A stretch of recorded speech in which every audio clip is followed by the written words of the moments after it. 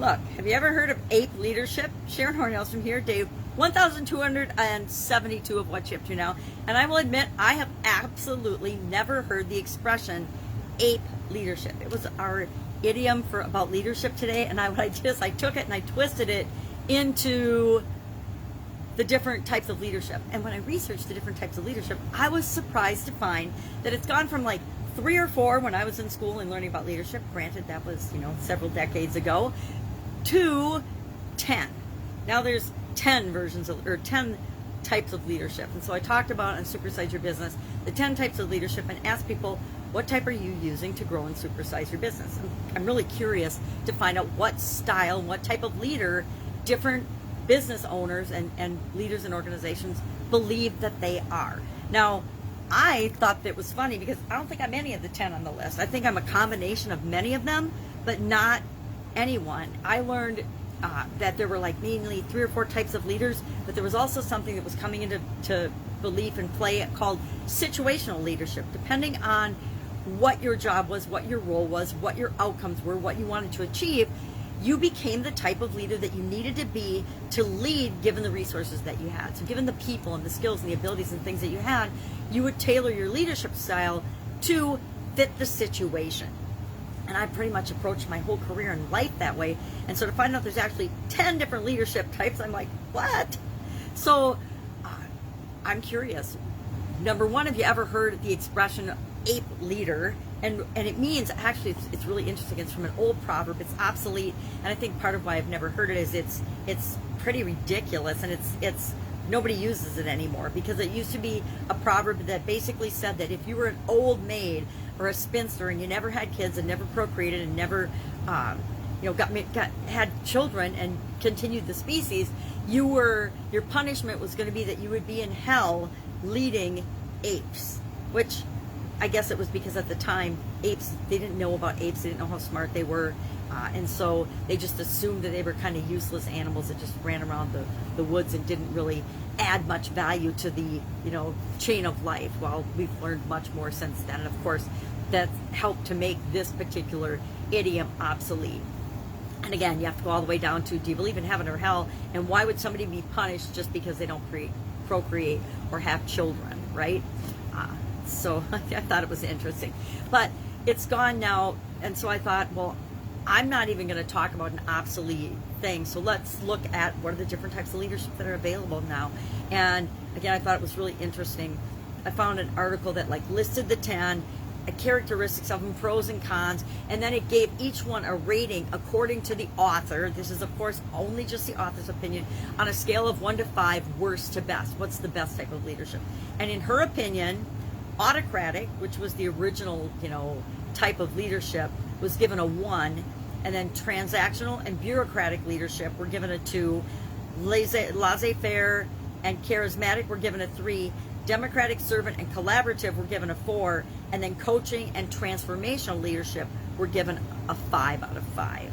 And I started thinking about it as I was talking about it, and I'm like, well, what happened to situational leadership? Because sometimes we need to be more autocratic. Other times, a lot of times, we're transactional. It's like, this is the project or the organization or the group or the thing that we're leading, and given whatever resources we have in terms of what people are a part of the organization or the team or the project, will determine how big a leadership role or how much direction or rules or regulations or guidance or support or servant leadership or democratic you can be based on what the situation is. So personally, I would say I'm none of the above, although I have done and used many of the different types of leadership throughout my career, but I consider myself a situational leader. Even when I'm coaching or consulting, I'm a situational leader. Depending on what the person or the organization needs, that's what I'm going to provide for them. I'm not going to follow any one of these particular styles as I'm growing and supersizing and building my business. So a question for people today: what type of leader are you? What type of leader do you think you need to be to create the organization that you want to have and lead in the world? So that was that. Our fun challenge today was still not fun challenge. Well, I call it fun. It's my fun challenge. Just do one thing every day that centers us. Our annual challenge this year. It was fun last year, and sometimes I still say fun. And I look for the fun in everything now because I didn't used to have that much fun. And so last year was all about fun, and in COVID-19, couldn't have thought of a better challenge for that particular year. But today was about talking about breathing, and I shared a couple of the breathing strategies. Probably talked too long on this one, but that I like to use that help to make me feel more calm and centered. And one of my favorite ones, and there's lots of versions of it, is you breathe in for a certain count, then you hold it for that same count, then you exhale for that same count, and then you pause for the same number of seconds, and then you repeat the process over and over again. And then you can add to that breathing in something that you want in your life, breathing out something that you don't want in your life. That was one of the strategies I learned or morphed into. And what I learned is at the beginning, I think it was a 4-second or 4 count. And then there's versions of 4. There's 4, 5, 7, 8, 10, how many ever you want to count to as you're inhaling, holding it, exhaling, pausing, and then repeating it, and what you're saying or not saying in your mind. Maybe you're just counting. Originally, I just started counting because I wanted to learn how to meditate, and that was a way that I could focus on my breathing and only on my breathing and the counting, so all the other stuff in my mind could go away. But then I wanted to supercharge that, so I added, okay, as I'm on my walks, I'm going to actually do this, but I'm going to breathe in what I want, and I'm going to let go of what I don't want. If I wanted more peace and calm in my life and less chaos and stress, I would breathe in peace and calm, exhale chaos and stress, or whatever. I usually came up with things that rhymed while I was walking to keep a rhythm. So it's just the way I do it. Everybody has to take everything we learn and make it our own, which was the topic of our Get Up and Go challenge. I guess just I like to hop on now every day until the challenge starts to just let people know and remind them that, hey, this is coming, this is what we're going to do, this is, a little bit of how we're going to do it, this is what if you do or don't, why should we do it, why should you care, do you want to join us, and this is what to do. So just kind of an introductory thing between now and the start of the challenge, August 1st.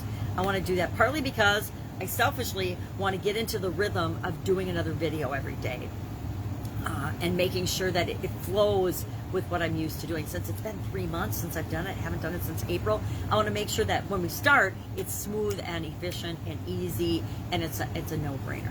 And I've already committed to myself, I'm going to set the little cow timer, 10 minutes. When that baby goes off, the video's done. So hopefully I'm not mid-sentence too often, but I do want to, I think that's a personal improvement, and an area for me is to be more clear and concise in my communication, and setting a timer for that, making sure I don't go over that 10-minute limit is one way to do that. Now, I have discovered recently that some of the platforms that I had my 10-minute rule for no longer restrict you to having only a 10-minute video. LinkedIn used to, as well as Instagram, and so part of my strategy was everything was always 10 minutes or less. Well, now it turns out, I found out actually just this last week, I think, that I could upload longer than 10-minute videos on both Instagram and LinkedIn. Why? I haven't seen that written anywhere or found out anywhere. I just tried it and it worked, which delighted me, by the way, because for some reason I've been very wordy and very talkative on the Supersize Your Business idioms about leadership. Apparently I have a lot to say about leadership that I didn't realize I had a lot to say about. So, what else is going on? A whole lot of stuff. Lots of fun relatives in town this last week and weekend, and enjoying them. My mom, who is 84, and her sisters get together once a year, except for one sister's in Florida now with her husband, who's not feeling too well, so she couldn't come up this time. But otherwise, everybody and their spouses have been together, and it's just fun to see and realize what amazing human beings my aunts and uncles are. And so I enjoy spending a little bit of time with them and getting a little flavor for who they are and who they're becoming as they become older, what's become important to them that was different than when I experienced them when I was a child. So doing a lot of family things, a lot of relationship things. If I can help you in any way, any questions, hit me up in the comments below. Otherwise, or direct message me. You can find me a lot of places online, and you can always, just Google search and you can find me.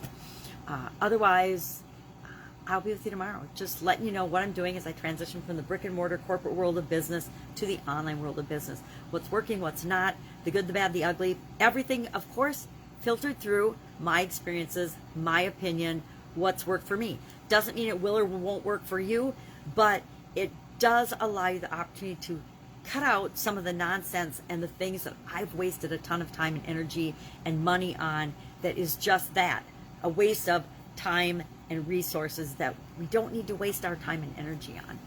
All right, have an awesome day, and I'll, of course, be with you tomorrow. Bye.